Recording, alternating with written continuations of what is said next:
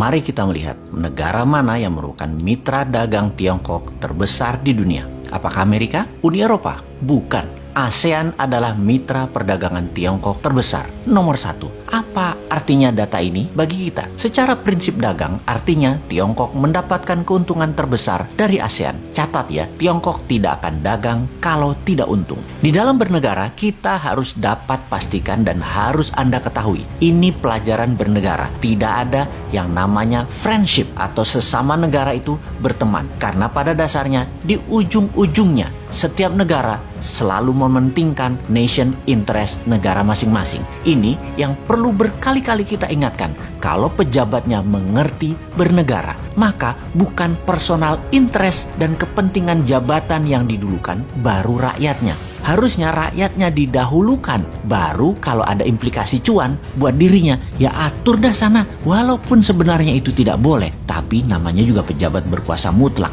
Bisalah diatur oleh mereka untuk mereka dapat sesuatu di zaman old mind begini. Beda nanti pada saat zaman new mind-nya menjabat. Ya total pejabatnya abdi masyarakat. Bener deh, jangan seperti negara tetangga. Keuntungan pejabatnya didulukan, baru dibangun narasi nasionalismenya. Jadi negara tetangga itu punya strategi berkuasa dan mengelola negara untuk kepentingan sedikit orang, yaitu dirinya dan kelompoknya, terutama oligarki yang mendukung mereka. Bener deh, baru pertama kali di dunia ada bernegara itu dibangun dengan kekuatan narasi saja. Bahkan ada seorang menteri di negara tetangga tersebut membangun narasinya begini. Ketika Amerika datang ke mereka, pejabat Amerika itu berkata betapa jeleknya komunis Tiongkok dan strategi negara Tiongkok kepada banyak negara. Kalian, negara tetangga tersebut ya maksudnya, harus selalu bersama Amerika. Tapi begitu Amerika balik ke negaranya, gak ada apa-apa yang dikasih sama Amerika ke negara tersebut. Sementara dengan Tiongkok, Tiongkok berkata, kamu ke Tiongkok saja. Sepertinya kalian tuh perlu banyak jembatan, pelabuhan, jalan tol, bandara, kereta api.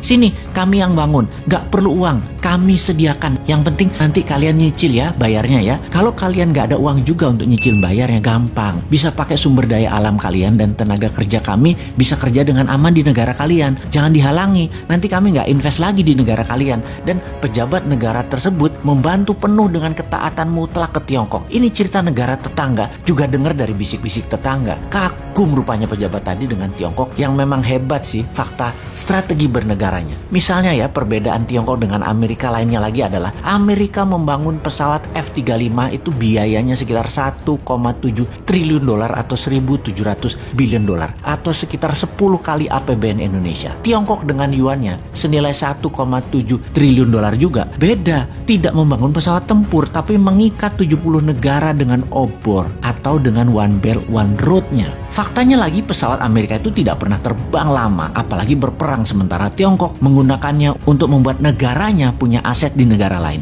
Disinilah Amerika akan kalah dengan Tiongkok dalam jangka panjang karena Tiongkok memikat dengan terlihat membantu ekonomi sebuah negara. Jadi kasihan memang banyak negara tetangga kalau pemahaman bernegara pejabatnya tipis dan kuat narasi membangun nasionalismenya, negara tersebut akan habis aset nasionalnya dan anak cucunya nanti ketika mereka nggak jabat tinggal bayarin hutang. Inilah yang disayangkan oleh New Mind. Pertanyaan sederhana, Tiongkok punya yuan sampai senilai 1,7 triliun atau 1.700 bilion dolar itu datangnya dari mana? Inilah yang akan kita lakukan di masa nanti ketika old mind lengser dan ketika rakyat dengan sadar tidak memilih old mind lagi. Apa yang kita lakukan? Printing money berbasis proyek termasuk proyek negara lain. Ini harus huruf kapital ya, yang akan kita kuasai. Sekali lagi, negara yang akan kita kuasai. Dialog mengenai printing money memang banyak menimbulkan kontroversi, namun tetap harus kita perjuangkan. Kita semua tahu bahwa pejabat di negara demokrasi harus siap ditantang dengan pemahaman yang lain yang baru yang mungkin lebih baik. Namun ketika ada yang mengatakan printing money, sayangnya otak langsung ada kata inflasi dan mengatakan ini akan menyebab pemerintah menjadikan negara hiperinflasi. Siapapun yang bicara seperti itu berulang-ulang, pasti orang ini nggak pernah belajar ilmu ekonomi. Nggak segoblok itu ide printing money menghasilkan hyperinflasi kayak Venezuela Venezuela. Naif bener yang ngomong begitu. Semua ada dalilnya, semua ada bukti yang telah dilakukan dan berjalan dengan baik. Kita ingetin ya, pada saat sebelum Perang Dunia Kedua, yang mana untuk biaya Perang Dunia Kedua, ekonom terkenal Profesor JMK yang menjadi penghitung war cost accounting atas biaya perang yang menjadi dasar Federal Reserve cetak uang. Sebelumnya, dia menjadi penghitung Project Relief Amerika yang lain yang membuat Amerika keluar dari Great Depression.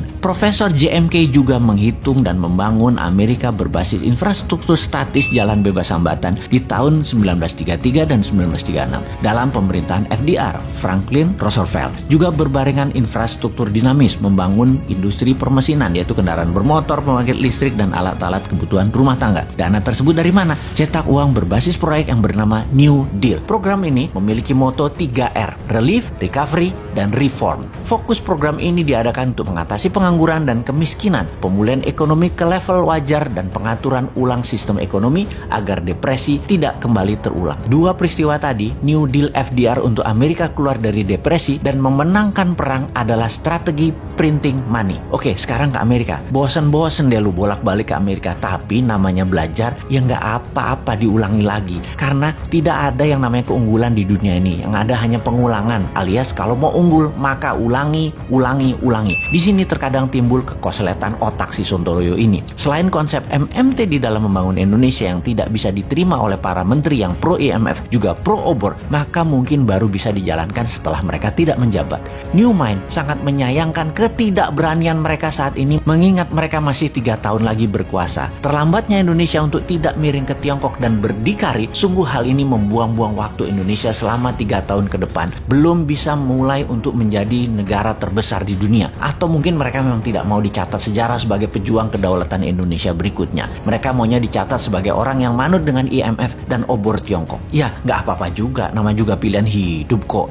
Oke. Jadi, ada baiknya kita ambil program New Deal ala Amerika ini untuk Indonesia. Kita akan printing money untuk membangun seperti apa yang Amerika lakukan tahun 33 sampai tahun 42, seperti Tiongkok bangun tahun 89 sampai 2009, ditambah lagi kita adopsi New Deal-nya Stephanie Kelton untuk yang punya konsep printing money ini. Apa konsepnya? MMT-nya New Mind ada SWF, printing money, TINA, Tiara, dan sekarang ditambah Green MMT. Kita perang dengan perusak alam serta perang dengan globalis yang menggunakan virus. Jadi kita akan membela kesehatan dunia. Kita akan pimpin dunia untuk lingkungan hidup, kesehatan, atau pro-life strategi. Ini pasti dilawan keras oleh globalis cabal yang anti-life, tidak pro-life. Cabalis mendukung nuklir, uranium, fosil oil, batu bara, virus COVID yang meluas dan merusak lingkungan lainnya, termasuk perang bedil-bedilan seperti yang terjadi di Timur Tengah saat ini. Jadi kembali ke printing money. Masih bilang inflasi, tak tutup endasmu.